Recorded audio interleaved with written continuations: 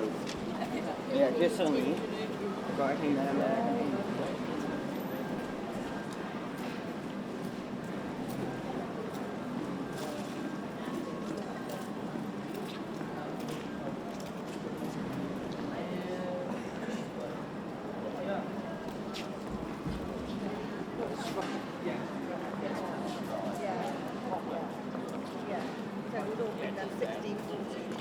I'll mention the most famous one later.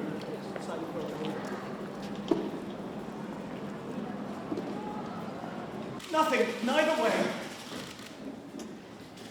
No. Wow.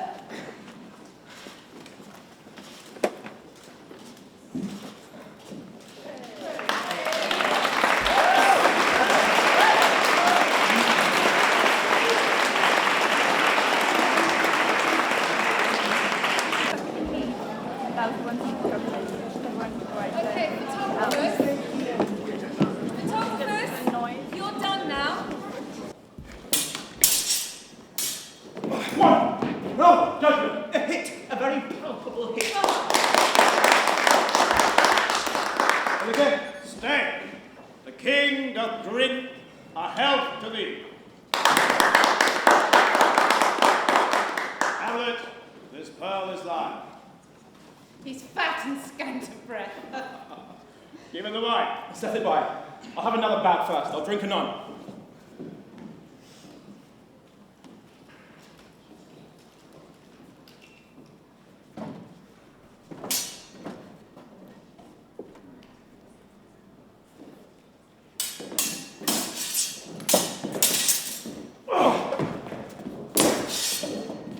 Another hit will say, touch her, you confess.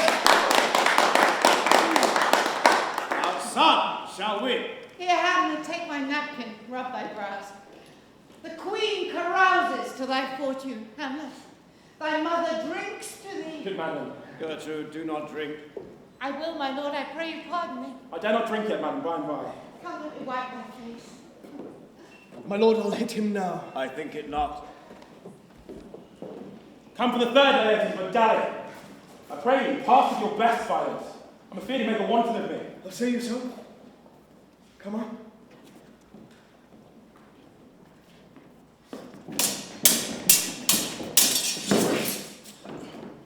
Nothing, neither way.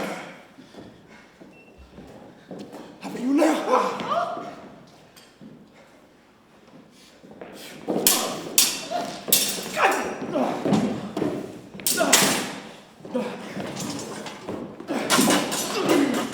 Hark, they are incensed.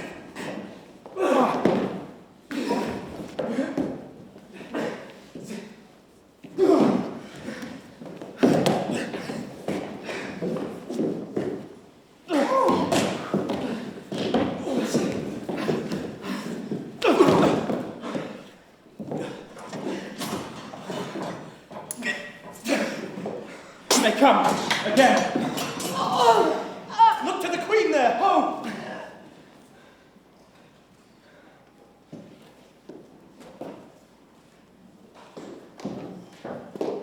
Thank you very much.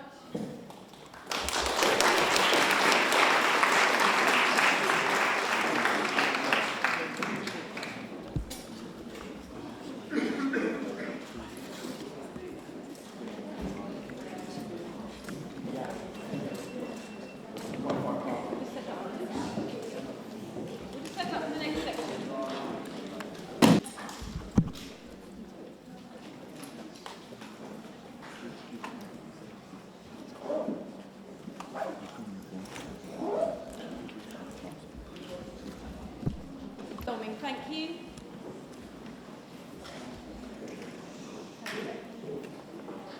When you're ready.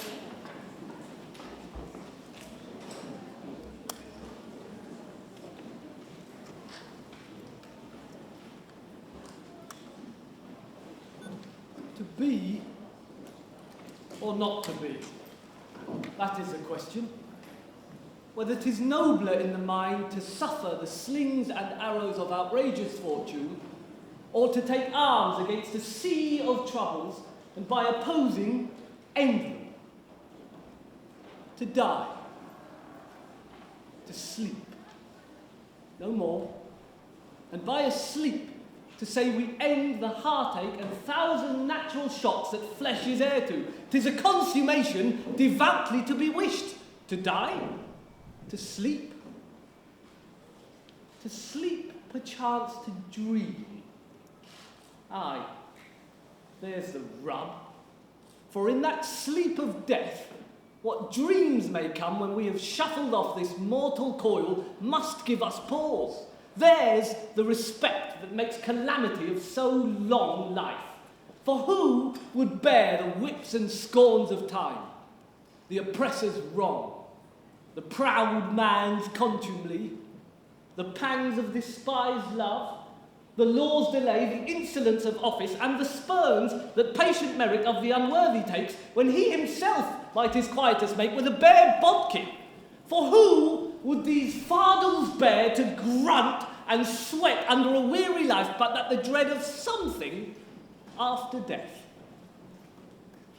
The undiscovered country, from whose bourne no traveller returns, puzzles the will and makes us rather bear those ills we have than fly to others that we know not of.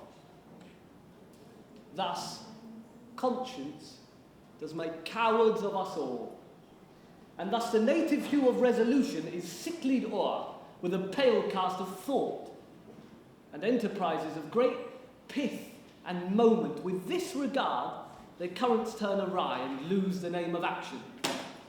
Soft you now, the fair Ophelia. Nymph, in thy orisons be all my sins remembered. Good my lord, how does your honour for this many a day? I humbly thank you. Well. My lord, I have remembrances of yours that I have longed to redeliver.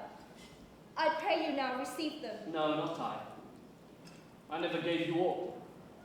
My honoured lord, you know right well you did, and with them words of so sweet breath composed as made the things more rich. Their perfume lost, take these again. For to the noble mind, rich gifts wax poor when givers proven kind. There, my lord.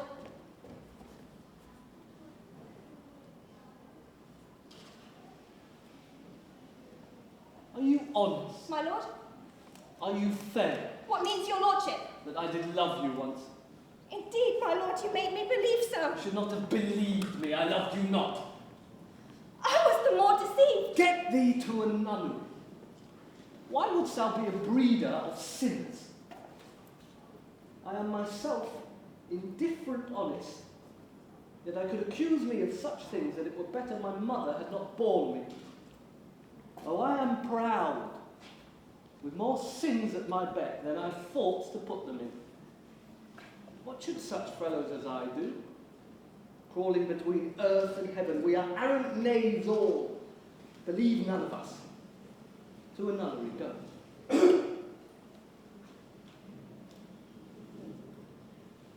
Where's your father? At home, my lord. Let the doors be shut upon him, that he may play the fool nowhere but in his own house. To a nunnery go!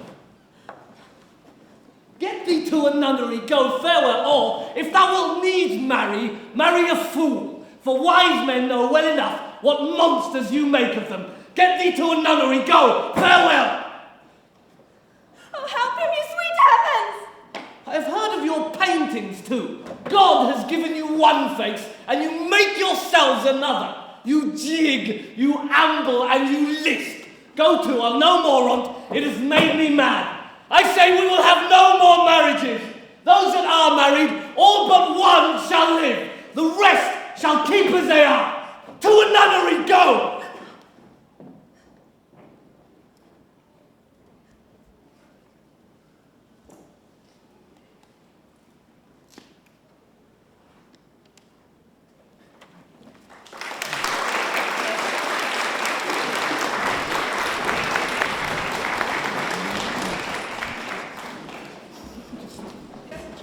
You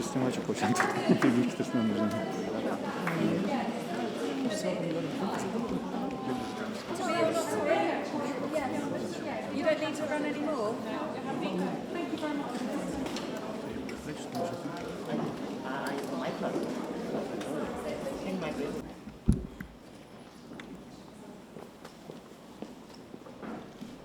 To be or not to be? That is a question.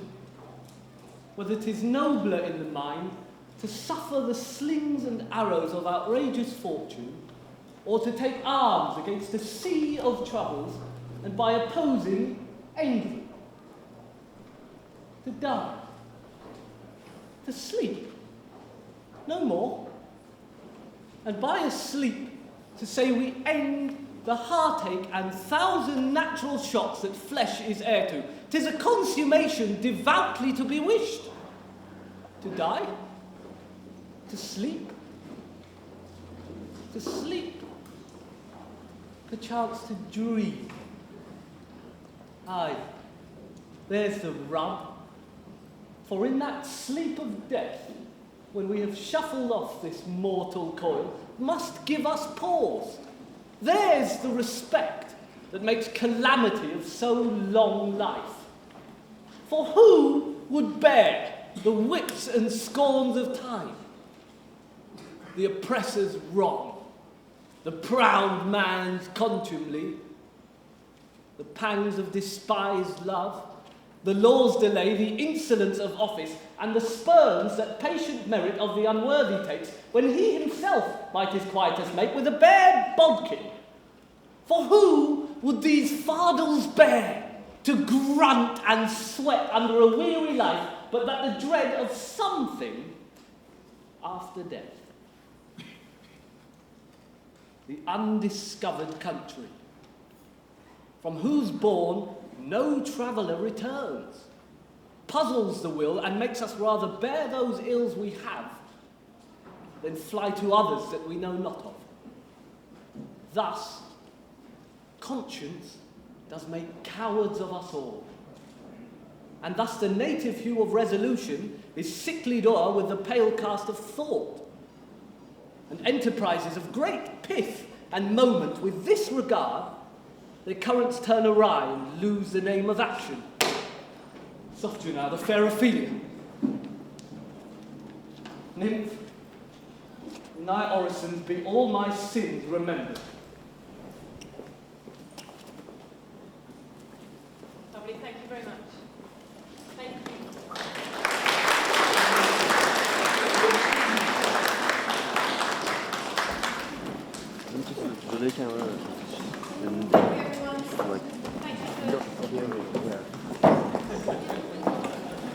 Comment on it. We've got some discussion from Amnesty International, finding endorse the fact that we are going everywhere. They understand the context in which we're doing it, that it's good to take culture and every country. Great. But look, will she look at you or she Just don't look at you, it's fine. Where do you want me to look? Me. You. Okay. Well, why do you think that this play is still going to speak to an audience all around the world 450 years after Shakespeare was born? Hamlet always has spoken to people. It spoke to people when it was first created.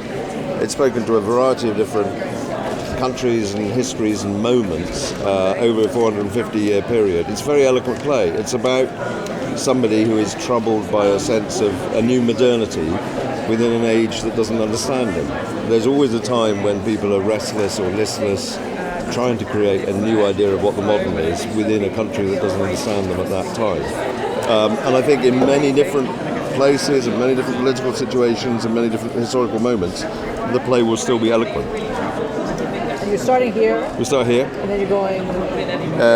Amsterdam, Wittenberg, Arctic Circle, Tromsø, drop down through Scandinavia, go to Moscow, we go to Kiev the night before the election in Kiev. Then we're doing, you don't want to hear the whole thing, but we're doing a lot of Europe and then through North America, Central America, South America, the West Indies. It's a long journey. I mean, I do want to ask, when you say every country, you really mean every? We mean every country. Every country's got to mean every country. You can't lock people out. So have you found any countries resistant so far? No, it won't be easy to get into every country. It's not easy to get into every country financially. It's not easy to get into every country for a variety of reasons. But we're quite persistent. We did a big international festival here 2 years ago, Globe to Globe Festival. We wanted 38 countries. We got 38 countries.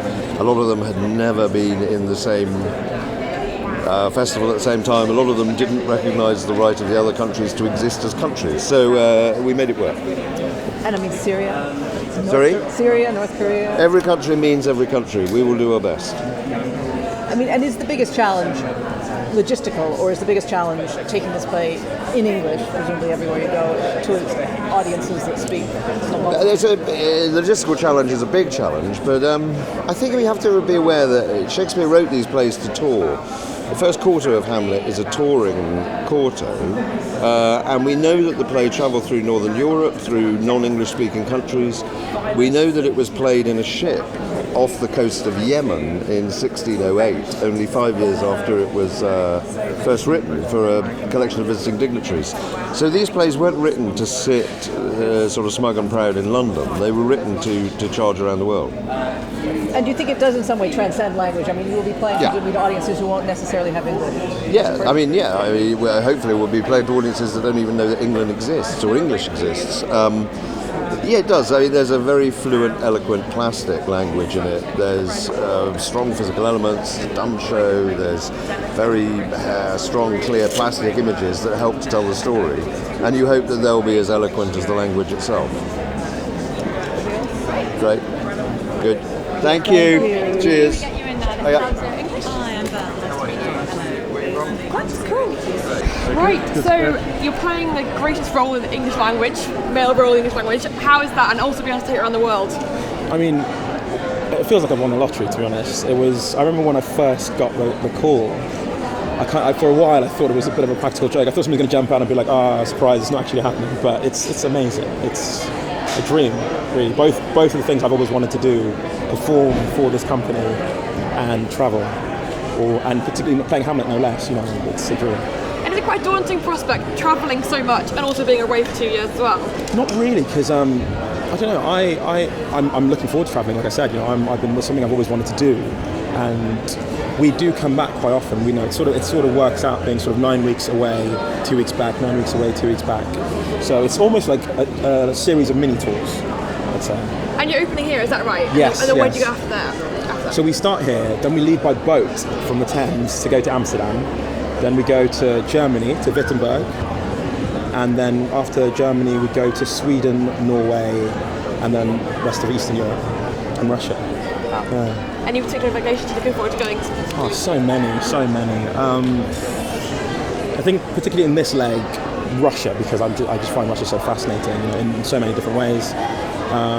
But there's a whole, sort of from July onwards, we're going through the Caribbean, Central America and South America, so that's going to be wonderful. Absolutely wonderful. And how do you think different audiences are going to relate to Hamlet? Because it kind of transcends language, doesn't it? Well, it does, doesn't it? And I think it'll be very interesting to see, because I think there's so many different messages in the play. It's, it's a domestic play, it's a political play, it's a philosophical play, so it'll be interesting to see what different cultures take away from it, actually, as the principal thing.